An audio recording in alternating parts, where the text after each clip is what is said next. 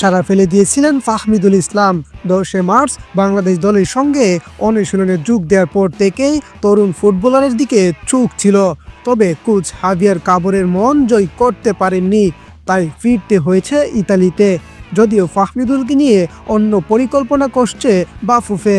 তৃতীয় রাউন্ডের ম্যাচ খেলতে ভারতের উদ্দেশ্যে উড়াল দেবে বাংলাদেশ। ওই দলে স্বাভাবিকভাবেই থাকছে না ফাহমিদুল। আগামী 25 মার্চ শিলংয়ে বসবে লড়াই, তার আগেই দল গুছিয়ে নিচ্ছে কোচ। ভারতের বিপক্ষে পরিকল্পনায় ছিলেন ফাহমিদুল।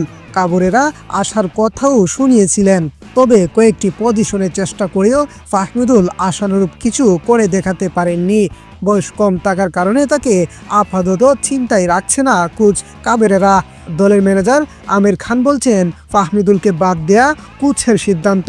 উনি তাকে লেফট ব্যাক, লেফট উইং সহ বিভিন্ন পজিশনে চেষ্টা করে দেখেছেন। ফাহমিদুলের অভিজ্ঞতার অভাব, তাকে বলে দেওয়া হয়েছে তোমাকে নিয়ে অন্যভাবে পরিকল্পনা করা হবে।